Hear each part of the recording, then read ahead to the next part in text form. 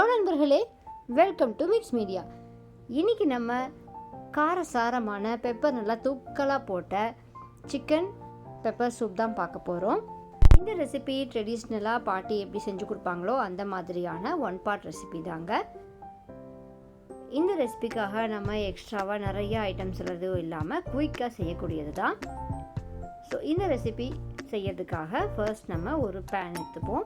பேனில் கொஞ்சமாக ஆயில் விட்டுட்டு சின்ன வெங்காயம் அண்ட் ஒரே ஒரு டொமேட்டோ ஆட் பண்ணிக்க போகிறோம். ஆட் பண்ணிவிட்டு லைட்டாக அதை நம்ம வணக்கி கொடுத்துடலாம். இப்போது நம்ம இது கூடவே ஜீரகம் அண்டு பெப்பர், நம்ம காரம் எவ்வளோ தேவையோ அந்தளவுக்கு நீங்கள் பெப்பர் இங்கே ஆட் பண்ணிக்கலாம். இதையும் நல்லா மிக்ஸ் பண்ணி கொடுத்துருங்க.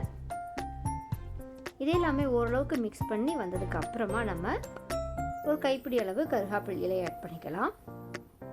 அதையும் ஆட் பண்ணிவிட்டு நல்லா மிக்ஸ் பண்ணி வணக்கி கொடுத்ததுக்கு அப்புறமா ஒரு 4 பல்லு பூண்டு, ஒரு சின்ன பீஸ் இஞ்சி ஆட் பண்ணிக்க போகிறோம். அதையும் ஆட் பண்ணிவிட்டு நல்லா வணக்கி கொடுத்துட்டு மிக்ஸி ஜாரில் ஆட் பண்ணி நல்லா ஆறுனதுக்கப்புறமா அரைச்சி எடுத்துக்க போகிறோம். இந்த சூப் செய்யறதுக்காக கொஞ்சமாக phone pieces and boneless pieces எடுத்திருக்கேன். சின்ன சின்ன பீசஸாக கட் பண்ணி எடுத்து ரெடியாக வச்சுருக்கேன். இந்த மசாலா கூட 1/2 டீஸ்பூன் தனியாத்தூள் இப்போ ஆட் பண்ணிக்கலாம். ஆட் பண்ணிவிட்டு நல்லா அரைச்சி எடுத்துகிட்டு வந்துடலாம். இப்போ ஸ்டவ் ஆன் பண்ணிவிட்டு நல்லெண்ணெய் விட்டுக்குவோம். நல்லெண்ணெய் விட்டு எண்ணெய் காஞ்சதுக்கப்புறமா கடுகு ஆட் பண்ணிவிட்டு கடுகு பொரிஞ்சதும் நம்ம ரெடியாக கட் பண்ணி வச்சுருக்கிற சின்ன சின்ன bone pieces and boneless chicken பீசஸை இங்கே ஆட் பண்ணிக்கலாம். இது எல்லாமே கொஞ்சம் நேரம் அந்த ஆயிலில் வணங்கி வரட்டும். அப்படி ஓரளவு எல்லாமே நல்லா வணங்கி வந்ததுக்கு அப்புறமா நம்ம ரெடியாக அரைச்சி வச்சுருக்கோம் இல்லையா, அந்த மசாலாவை இங்கே ஆட் பண்ணிக்க போகிறோம். இப்போ பார்த்தீங்கன்னா குட்டி குட்டியாக கட் பண்ணி போட்டிருக்கிறதுனால நமக்கு சாப்பிடும்போது எல்லா வாயிலுக்குமே நமக்கு அந்த பீசஸ் கிடைக்கும். அதுக்காக தான் நான் சின்ன சின்ன பீஸஸாக போட்டிருக்கேன். இப்போ இந்த மசாலாவை எல்லாத்தையுமே ஆட் பண்ணிவிட்டு இந்த சூப்புக்கு தேவையான அளவு வாட்டர் ஆட் பண்ணிக்கலாம். ரொம்ப வாட்டர் ஆட் பண்ணிங்கனாலும் நமக்கு டேஸ்ட் இருக்காது. அதனால் கன்சிஸ்டன்சி பொறுத்து ஆட் பண்ணிக்கோங்க. எல்லாத்தையுமே நல்லா மிக்ஸ் பண்ணி கொடுத்துடுங்க. லைட்டாக ஒரு கொதி வர வரைக்கும் வெயிட் பண்ணுவோம்.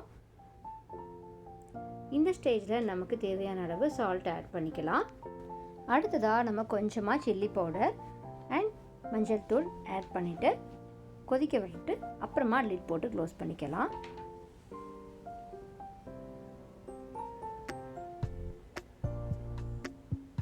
இந்த சிக்கன் சூப்புக்காக நம்ம 3 விசில்ஸ் வரைக்கும் விட்டாலே போதுமானதாக இருக்கும். சிக்கன் சின்ன சின்ன பீஸாக இருக்கிறதுனால குயிக்காகவே பாயில் ஆகிடும். அவ்வளோதாங்க, நம்ம குயிக்காக ஒன் பாட் ரெசிபியான இந்த சிக்கன் சூப் குயிக்காக ரெடி பண்ணியாச்சு. இது விசில் வந்ததுமே நம்ம எடுத்து எல்லாத்துக்குமே சர்வ் பண்ணிடலாம். ஃபைனலாக நம்ம கொத்தமல்லி தழை தூவிட்டு இன்னும் கொஞ்சம் காரம் வேணும்னு நினச்சிங்க அப்படின்னா கொஞ்சம் பெப்பர் ஆட் பண்ணிவிட்டு நீங்கள் எல்லாத்துக்குமே சர்வ் பண்ணுங்கள். அவ்வளோதாங்க, எவ்வளோ குயிக்காக ரெடி ஆகிடுச்சு பார்த்தீங்களா. எல்லா பீசஸுமே நல்லா வெந்து வந்திருக்குன்ட்டு. நம்ம யூஸ்வலாக நம்ம சண்டேஸில் சமைக்கும் பொழுது இந்த மாதிரி சூப் கொஞ்சம் செஞ்சு கொடுத்தோம் அப்படின்னா குழந்தைங்க நல்லா லைக் பண்ணி சாப்பிடுவாங்க. இந்த ரெசிபி எல்லாருமே ட்ரை பண்ணி பாருங்கள். இதே மாதிரி சிம்பிள் அண்ட் குயிக்காக செய்யக்கூடிய ரெசிபிஸ் நிறையவே நம்ம சேனலில் போஸ்ட் பண்ணியிருக்கோம். கண்டிப்பாக எல்லாருமே போய் ட்ரை பண்ணி பார்த்துட்டு மறக்காமல் சப்ஸ்கிரைப் அண்ட் லைக் பண்ணுங்கள். டாட்டா, பாய் பாய்.